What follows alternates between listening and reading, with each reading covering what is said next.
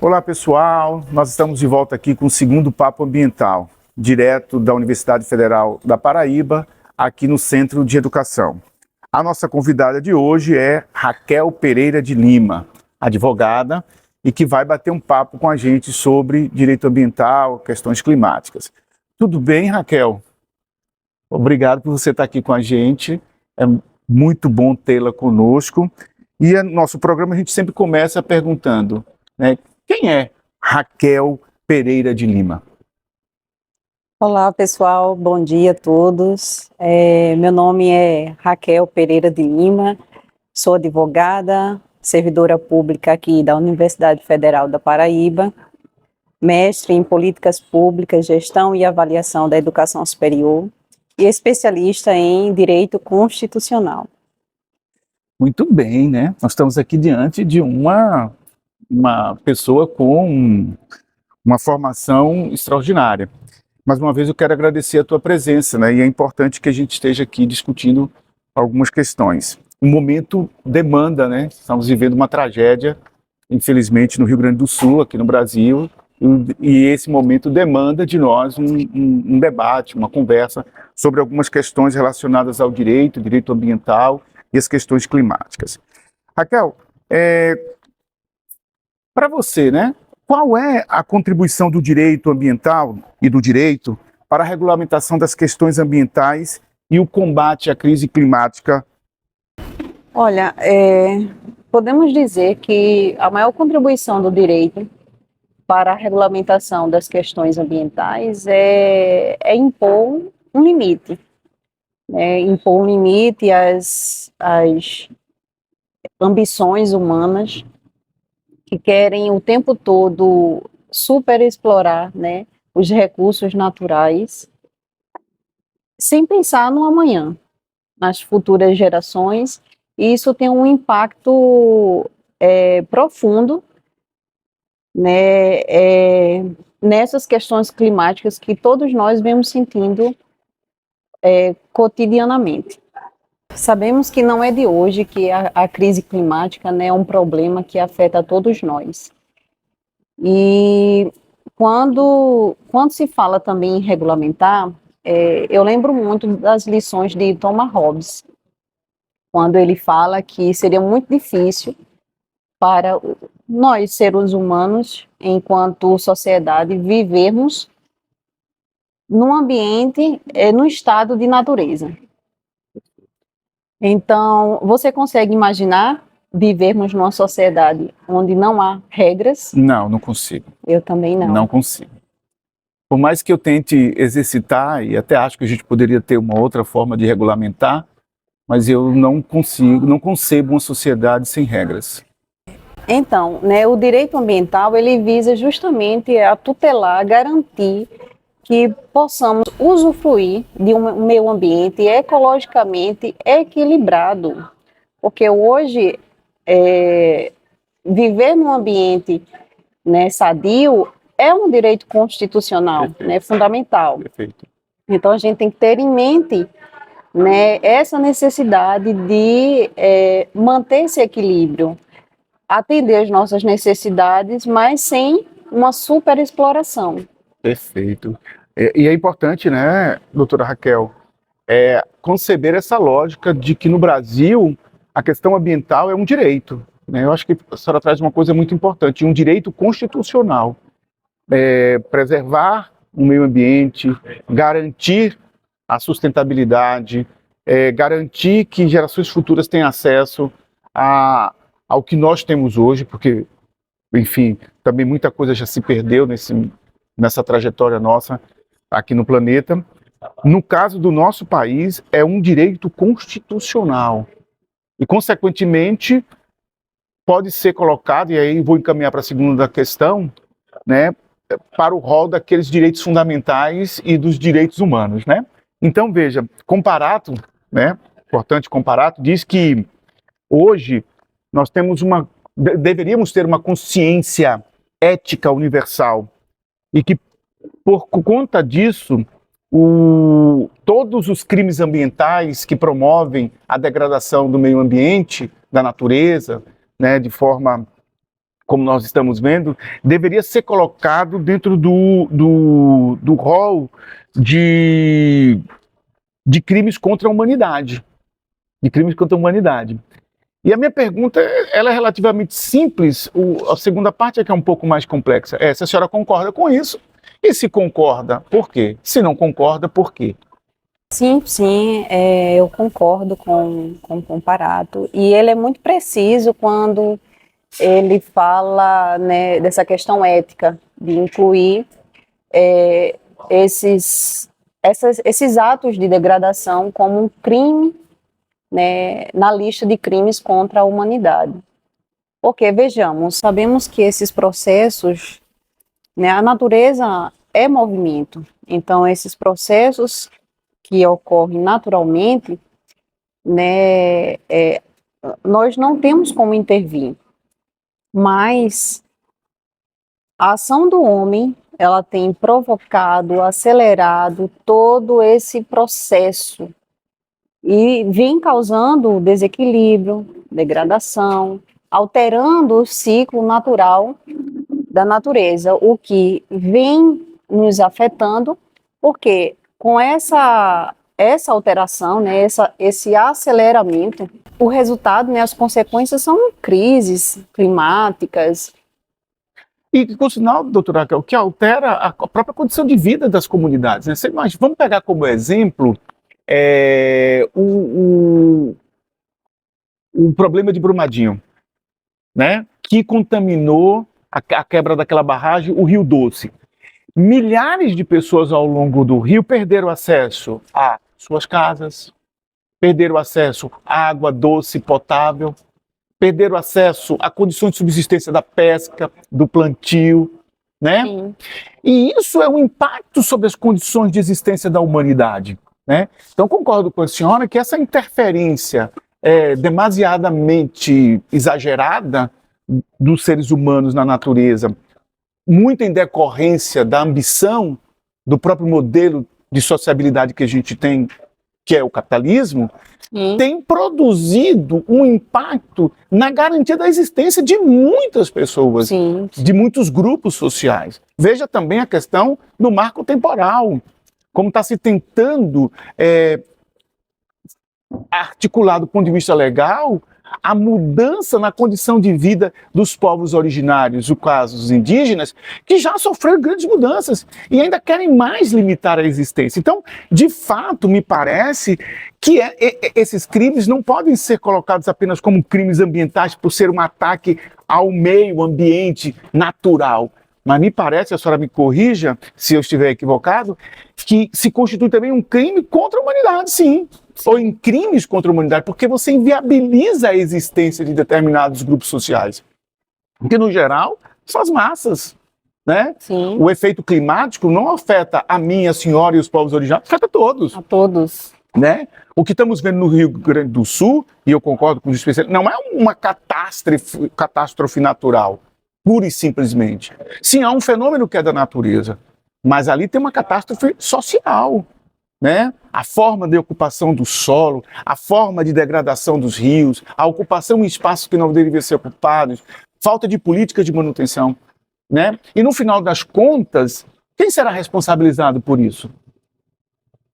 Porque quem pagará todas as consequências? Quem pagará, né? Quem pagará a gente já está vendo, pelo menos do ponto de vista da sua existência, a população mais vulnerável. Sim. Porque essa que terá grande dificuldade de se reconstituir social, política, economicamente, né? A elite, de alguma forma, sofre, a classe média sofre, mas se recompõe. Mas a massa, né? Essa terá muita dificuldade. E do ponto de vista econômico, qual é o impacto disso? Quer dizer, investir em problemas, em soluções para as questões climáticas, me parece que será muito mais barato do que agora reconstruir praticamente um estado inteiro. Então a senhora tem razão. Quer dizer, alterar o fluxo da natureza de forma irresponsável, né, de forma pautada na ganância do modelo de produção que a gente tem, não parece ser o melhor caminho. Não sei se a senhora concorda comigo. Sim. Né? Então, eu percebo na sua fala, e eu tenho concordância também com o Comparato, que uma das alternativas que temos para tentar barrar esse excesso é, de fato, tornar os crimes ambientais em crimes contra a humanidade. Porque o é. Se não é do ponto de vista formal, o é do ponto de vista da prática. Sim, porque como você mesmo mencionou, é uma situação, né, que atinge a todos nós, né, tanto as gerações presentes como as futuras, elas pagarão um preço muito alto, né, porque talvez o amanhã não exista mais. Talvez não exista. E é engraçado, porque não atinge igualmente, né? Porque quem tem mais dinheiro, mesmo quando afetado por uma crise dessa, tem outros recursos, ainda que alguns o dinheiro não comprará para resolver. Né? Como você disse, o amanhã pode não existir, e aí não há dinheiro que garantirá o amanhã. Mas aqueles problemas que dão no campo do imediato, por exemplo, a reconstrução das suas habitações, né, etc., isso quem tem dinheiro faz rápido. A massa não consegue fazer rápido. Não consegue, exatamente. Né? E aí você vai colocar um monte de pessoas em condições de moradia ainda mais precárias do que em relação ao que já tinham. Porque essas pessoas já viviam condições precárias de existência, grande parte delas. Né? Então, eu acho que, de fato, a gente precisa, no caso do ordenamento jurídico brasileiro, endurecer, né? As leis, as penalidades, mas assim, não só no plano formal, né? A gente precisa que seja efetivado no campo da praxis. Exato. Né? Há pouco tempo quase que prescreveu o crime de Brumadinho, que é um crime. E quem foi responsabilizado até agora? Né? Quem foi responsabilizado? Quem será responsabilizado? Né? Acho que essa é uma outra questão. Direito ambiental está no campo do direito difuso, e isso no Brasil parece que é uma confusão. Parece que é uma confusão entre ser direito difuso e não alcançar quem deveria alcançar. Né? Temos essa tendência, e aí eu concordo plenamente com a senhora de tudo que a senhora falou até agora. Diante disso, deixa eu lhe fazer uma outra pergunta que eu acho que é importante, né? A gente pensar, obviamente que estamos refletindo, nós não temos a solução para os problemas do direito ambiental e nem do direito brasileiro.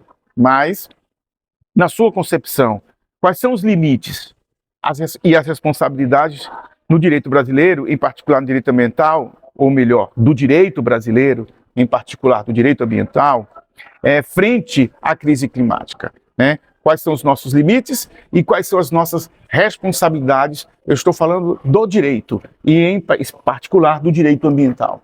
Olha, hoje temos uma tendência da maior dificuldade, né, de colocar em prática, como nós colocamos aqui já, são a conciliação dos conflitos, né, dos interesses conflitantes. A conciliação dos interesses conflitantes, né? Isso porque, como já mencionamos também, apesar de termos uma vasta, né, legislação que prevê responsabilidade, né, objetiva, aquela que independe de dolo ou culpa. Perfeito. Né, mas ainda falta vontade política, né, de fazer acontecer, de endurecer, né, essas penalidades para os infringentes. Perfeito. E isso é muito evidente no Brasil, né? Como se demora, como o sistema judiciário brasileiro, né, o judiciário brasileiro demora para dar respostas a essas demandas da sociedade. De novo, vou trazer Brumadinho como exemplo, né? Como demora para que, independente de dolo ou culpa, né, embora em Brumadinho eu acho que essas questões precisam ser colocadas, né? Sim. Né, porque, enfim, parece que se sabia que o aumento da barragem não era tecnicamente o mais adequado para fazer aquilo e que poderia ter consequências, é o que parece, né? Ainda não está devidamente esclarecido isso, pelo menos para nós aqui. Mas veja que coisa interessante. Está se arrastando e não se aplica a lei. Eu sei que é complexo o caso, nós sabemos da complexidade, mas nós precisamos ter um sistema judiciário que seja mais célere, Porque se trata do interesse da sociedade brasileira. Sim. É aí que se enquadra a relação de direito difuso. Não é o interesse de Alexandre, da doutora Raquel, é o interesse da sociedade Da brasileira, coletividade. da coletividade. E a justiça demora para dar uma resposta para a sociedade brasileira quando o seu patrimônio jurídico que garante à sociedade brasileira um meio ambiente saudável, equilibrado, foi violado, foi destruído em parte. O próprio poder legislativo, né, Alexandre? Porque, veja, o legislativo ele representa a vontade do povo, né? Então, ele deveria, sim, defender, né, os interesses do povo, mas não é isso que acontece. Né? Nós sabemos que há muitas, né, unidades de interesses que divergem, né, que colidem. Sim, colide com os interesses da coletividade, né? Fica muito centralizado dentro do interesse de determinados setores, do agro, né, da mineração, para dar alguns exemplos. Né? O marco temporal é um esforço da mineração e do agro, entre outras questões, para adentrar terras que historicamente pertencem aos povos indígenas no Sim. Brasil. Né?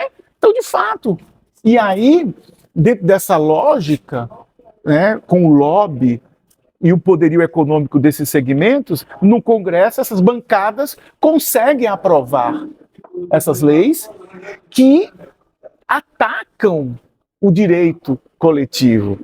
Né? E aí, nós estamos vivendo isso agora. A crise do Rio Grande do Sul, e quando você vai pegar as votações e os projetos de leis que vão ser votados e aprovados em relação ao meio ambiente, o que você vê é uma desregulamentação. Sim, e pensemos também que toda essa discussão, né, ambiental, ela é relativamente recente, né, desde a conferência da ONU de 1972, né, num cenário pós-guerra, em que havia aquela total devastação, né, ambiental, bombas nucleares, e causando cada vez mais impactos, né, e em diversas reuniões enfrentando várias dificuldades, né, de conscientização, principalmente, de colocar em pauta, né, assuntos sensíveis, né, que atingem a sociedade como um todo, e batemos na tecla novamente, né, colidem com interesses. Pois é, né? Aí isso remete a gente para mais uma pergunta, né? Qual é a força do direito nacional e internacional e do direito ambiental em particular, né? Para responsabilizar gestores, empresários, empresas, frente à negligência administrativa em relação às questões ambientais? Né? Qual é a força desse direito? Olha, um pouco dessa pergunta já respondemos, né? Porque no âmbito nacional nós temos uma vasta legislação, né, que prevê diretrizes, né, relevantes para o combate, né, a punição, né, desses infringentes. Porém, já no campo internacional, a situação ainda é mais delicada. Por quê? Porque não dispomos de uma instituição, né, supralegal que seja capaz de responsabilizar os estados pelo não cumprimento de acordos, tratados, né, convenções, porque como os estados eles possuem soberania, cabe a eles, a cada um, né, traçar suas próprias diretrizes de acordo com seus próprios interesses. Então, fica muito complicado no âmbito internacional a gente punir, né? E voltamos também à situação de conflitos de interesses. Países desenvolvidos, eles não querem, né, não têm interesse de cercear um pouco, né, o seu crescimento econômico para favorecer políticas ambientais que favoreçam a restauração, né, do meio ambiente, que dê tempo da natureza, né, se recompor. Mas, doutora, veja bem, seria só o caso, e essa questão surge agora na minha cabeça, de dar tempo à natureza a se recompor, ou teríamos que, em alguns casos, radicalizar, ou seja, repensar o nosso conceito de desenvolvimento? Não. Não é só aguardar que a natureza, né, ela por si só, ela se recompõe. Ela tem essa força, né, essa capacidade de se regenerar. No entanto, temos que reconhecer que temos uma parte em cumprir com essa reestruturação, né, com essa recomposição da natureza, porque, vejamos, temos vários recursos que são escassos, né? E não têm a capacidade de regenerar, como os combustíveis fósseis. Isso. E se acabarmos com esse recurso da natureza, onde mais buscaremos? Pois é, né? E isso é muito importante, porque assim, entendo que esses debates sobre, no plano governamental, né? Esses debates sobre a questão ambiental não estão colocando em questão o modelo de sociabilidade que a gente tem. E eu não falo modelo na perspectiva, doutora Raquel, do consumo apenas. Consumo é um elemento. O modelo é maior do que o consumo, né? Que a gente sempre bate no consumo, mas há algo maior, né, nessa lógica por trás do consumo. Então, eu fico pensando se não está na hora de a gente dizer claramente e fazer uma discussão social profunda de que este modelo de desenvolvimento que a gente está colocando à mesa há muitos anos, a humanidade vem colocando à mesa, ele é um modelo insustentável e que pensar a sustentabilidade, inclusive no plano do direito, significa dizer reconfigurar o direito, né, a ponto de estabelecer limites para esse modelo de sustentabilidade. Porque a gente ainda tem um direito, por exemplo, e o direito brasileiro é assim, que defende a propriedade privada a qualquer custo. Mesmo tendo no mesmo direito a prescrição de que mesmo a propriedade privada precisa ter uma função social. Mas na prática, o que a gente vê no Brasil? Muita propriedade privada que não tem função social nenhuma e que, portanto, continua na mão daqueles que não dão a ela função social. Né? Então, isso tem gerado um problema muito grande. Quer dizer, a natureza tem uma função social essencial para a nossa existência. Sim, claro. Temos que ter em mente também, professor Alexandre, que tudo perpassa sobre a sustentabilidade, né? A mudança de novos hábitos, né, do consumo, repensar nossas ações,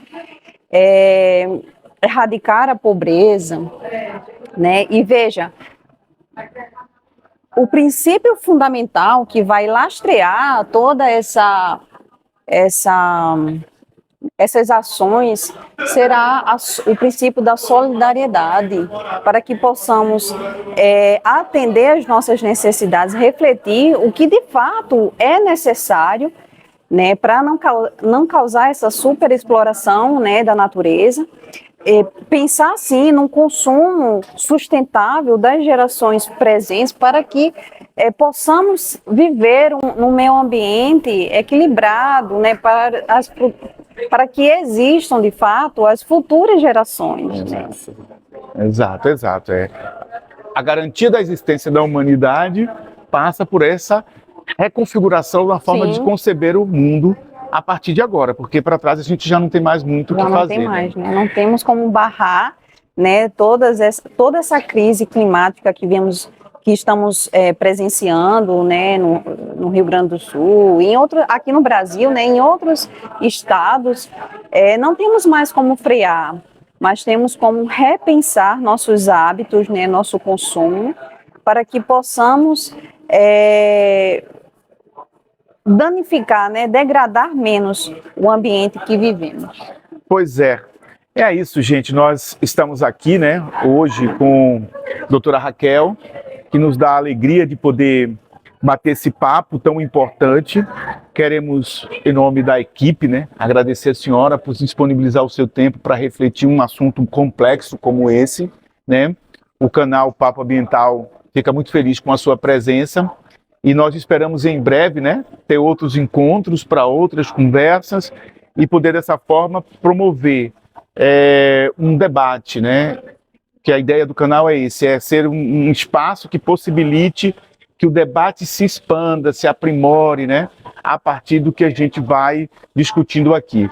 Muito obrigado de coração e esperamos revê-la em outros momentos. Sim, eu que agradeço, Alexandre, né? Eu fiquei muito feliz pelo convite e espero sim contribuir mais, né, para enriquecer os nossos debates, né, e trazer mais consciência ambiental para todos.